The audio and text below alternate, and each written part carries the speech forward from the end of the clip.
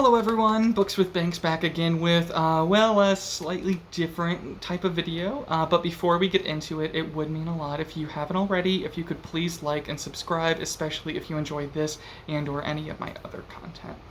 Anyway, let's get into it. Anxiety. Anxiety is a pretty interesting concept, I think, when we talk about it today.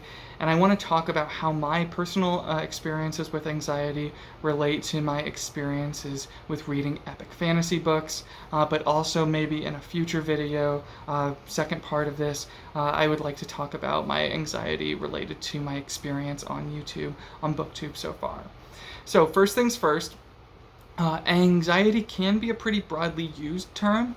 People can be, just anxious and talk about their anxiety with regards to certain specific stressful moments or whatnot. That's the broader version of the term, I think, and that version of it can sometimes just work as kind of a near synonym to stress or nervousness. But what I'm specifically talking about today, however, is the mental health condition that can be diagnosed by psychiatrists and that people can actually take medication for.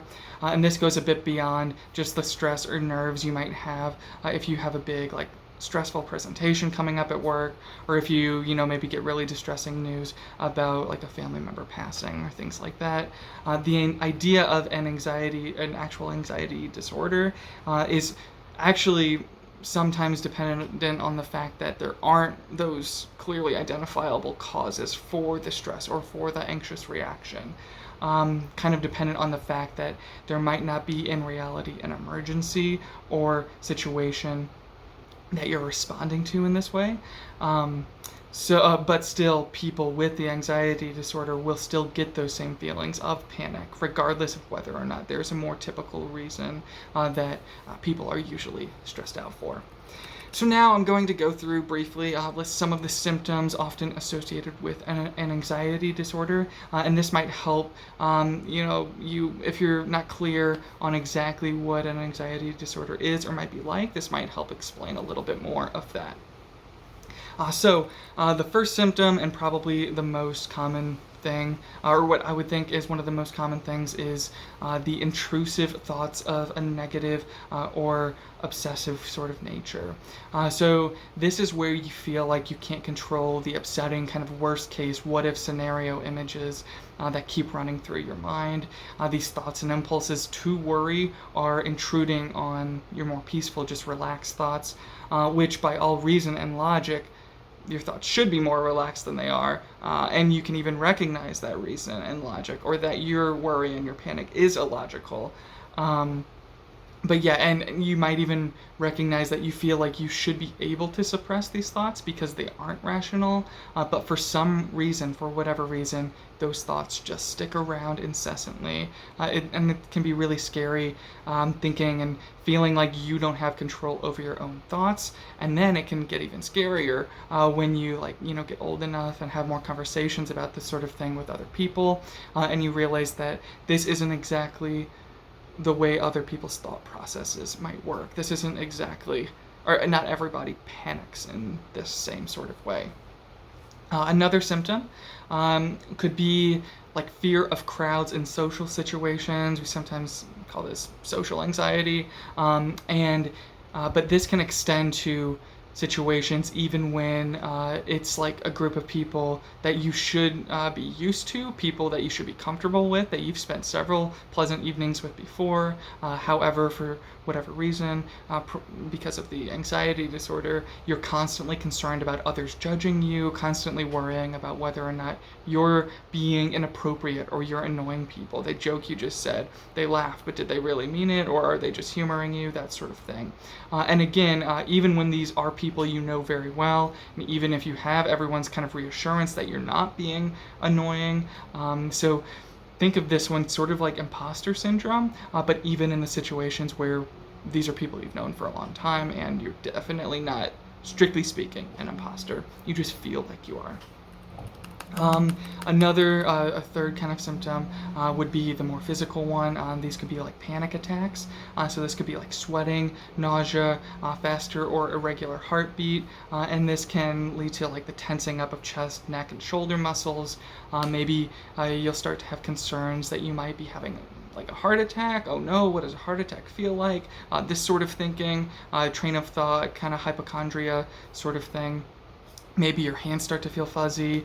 Maybe you feel twitchy and you feel like you can't see straight. So like, especially if you're maybe put in charge of moving something heavy, or maybe you're driving your car. Let's say, especially if you're driving your car, if you have some of these physical symptoms, they can get so severe that you'll have to pull over for fear that you can't see straight, and your body, your muscles are tensing up way too much. That's kind of what a panic attack can be like.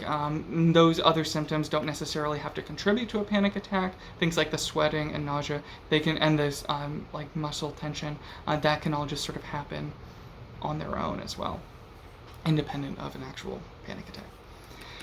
Another symptom would be thoughts like maybe you had a conversation with so-and-so 2 years ago. Things ended on a tense, rocky note in that conversation, but you've had plenty of pleasant conversations since then. But just in case, just if you and that person ever happen to circle back to that touchy subject again, exactly how's that conversation going to go? And maybe you'll start to go over and sort of maybe like practice your end of the argument, practice your lines, and you just keep thinking, oh, what if this conversation comes up? What am I going to say? You just keep going over that stuff, even though in reality, and again, you can recognize this as the more rational, like realistic idea that this conversation that you're sort of practicing for and stressing out about is probably never going to happen. And then finally, another kind of symptom, all of this stuff definitely can take a physical toll, specifically like I talked about with the panic attack type of symptoms, but obviously, but this can also be hard, or this all of these thoughts can make it hard to sleep, depending on whenever these more anxious episodes happen, and depending on the severity of the disorder, these quote unquote episodes, they could be a near constant thing. So all of that and more can be a part of or connected to an anxiety disorder. And I would say since I was 13 or 14, I've personally been dealing with a lot of these symptoms. But luckily, since I was in high school at the time that I started to experience a lot of this stuff, and I had some really terrific English and history teachers, I managed to find a way to sort of self-medicate and calm those irrational, anxious thoughts, and that way, that strategy was through getting nerdily and obsessively invested in reading, whether that was reading the books assigned in English class or reading the assigned reading materials for history. I found that for whatever reason, the attention that reading demanded of me pushed so much of the anxiety aside, and I could actually focus on the words in front of me. So 2 quick notes and things that helped me realize how closely tied reading was to my anxiety. These things are not necessarily positive, but we'll get to kind of the positive aspect of reading as a response to anxiety in a bit. So even though the more upsetting, invasive thoughts only came about in my teenage years, before that I really struggled with OCD, obsessive compulsive disorder, and this was not necessarily the stereotypical hand washing or like cleanliness obsessions that often get depicted on TV, but my particular obsessions were more about like random pieces of junk or trash just lying around my room, things that might have some memory or sentimental value to me, but would, to anyone else just look like trash.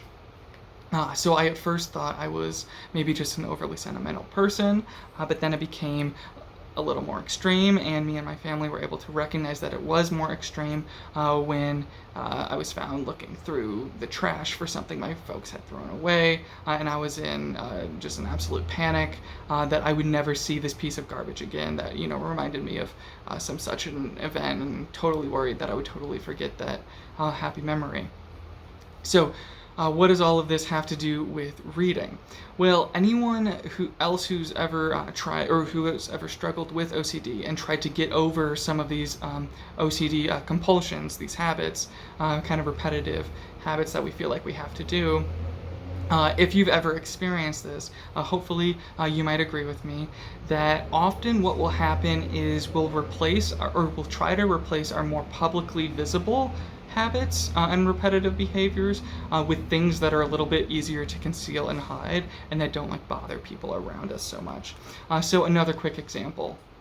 When I went to college and lived in dorms for the first time, I really had to try hard to train myself not to quote unquote like balance out the light switches, which basically in my mind meant trying to flick them off and on the same number of times or in a pattern that made sense in my head, like if there were two switches on one panel on a wall. Because, if living in dorms in a college, if I kept that up all throughout college, I'm sure my roommates would have probably gotten pretty frustrated with me for doing that, flicking the lights off and on. So, trying to avoid those more public repetitive habits, I found that reading had become a place to even at times kind of semi-consciously obsess over various details in the books that I was reading, and these repetitive compulsions were more easily hidden and private when they were all kind of centered around me, like my reading experience. And two things that I started to do before and during high school are a little bit strange to explain, but I'll give it my best try and explanation of how they relate to OCD. So first and foremost, and this one started at a bit of a younger age, but got worse the more I got rid of my other more public habits. I had a really difficult time picturing faces and character details in books. So when someone was described as having like a large nose, for instance, I could only picture the most ridiculous, exaggerated noses, things like that. No matter how hard I tried, I couldn't stop my brain. I couldn't stop those, sort of intrusive thoughts, those obsessive thoughts, that obsessive kind of visual image of viewing that character in that way. But thankfully, now I'm 28, I've sort of trained my brain, and I've gotten used to, I've used different techniques to sort of get over that compulsion. And so this one isn't so much a problem anymore. The other thing I did and still sometimes do, and I think this one was actually one of the more healthy and least frustrating compulsions, was that I would make small, like, kind of humming sounds at the end of sentences and paragraphs. And once I recognized I was doing this, or rather once my family pointed out that I was doing this, I was really curious, and I really wanted to try and figure out why I was doing that.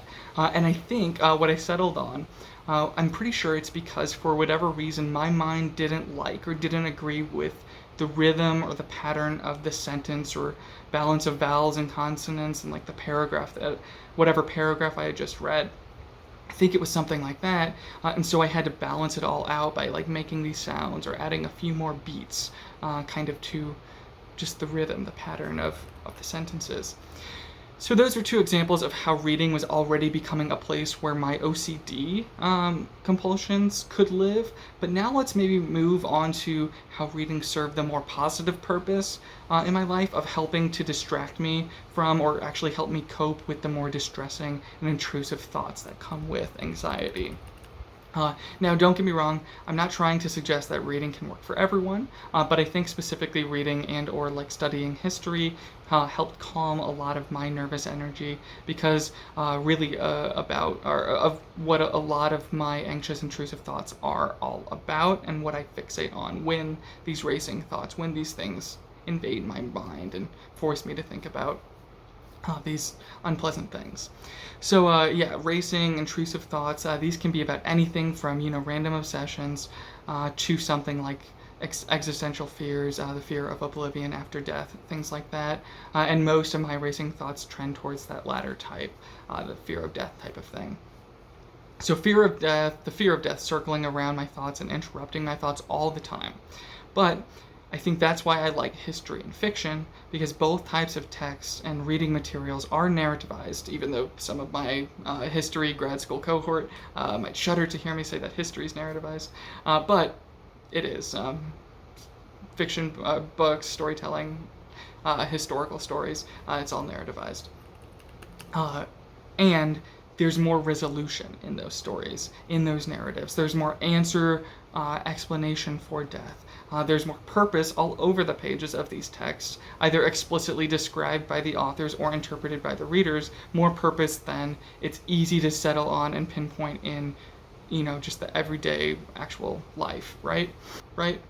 And while the rich details of massive and well thought out fantasy worlds can be enough to distract my racing thoughts from anxieties, because my thoughts are too busy trying to keep up with all the world building and plot developments, the actual themes and characters and stories themselves can also offer my mind more peaceful resolutions. Even if it's a cathartic tragedy, there's still some sort of resolution that I can find in storytelling, much more so than what you can find in the real world. So maybe to kind of sum up this whole point at the end here I'm trying to make is that if anxiety is all about the what ifs, what if this happens, what if that happens, what if things aren't balanced, what if I throw away the straw wrapper and forget about the fun dinner out we had, what if the person sitting next to me in the theater has a gun, what if the next text I get from a family member is some horrible tragedy, what if so and so actually hates me, what if on and on and on. If that's what anxiety is all about, then with storytelling and with reading, are rarely in any stories ever told, I find, historical or fictional, I find rarely that degree of what if, ambiguous scenarios. Sure, sometimes authors might leave a few things open-ended, there might be some ambiguity, but I find how closed and how structured and how organized, beginning to end, most stories out there actually are, that it's a wonderful thing to experience. No matter how many what if questions I have during a story along the way, by the end of it, my concerns are all answered, or for the most part answered, in some way, shape, or form. And really, it's just a bonus that the worlds might be interesting enough in and of themselves to distract me from the regular negative, intrusive thoughts invading my mind. So I hope all of that makes sense, and I hope I haven't offended anyone else who struggles with anxiety by, using a term out of place or maybe characterizing part of an anxiety disorder slightly incorrectly. I've tried my best to keep this very personal, keep it to my own experience, as I'm sure everyone out there who struggles with an anxiety disorder might have a very unique experience. Please feel free, if you're comfortable, to share any of that down below. I do plan on making a part 2 to this video all about anxiety and starting a booktube channel, some of the challenges that come along with that, so please keep an eye out for that. But for now, I'll leave it there. Thank you so much for watching. Have a good day. Bye.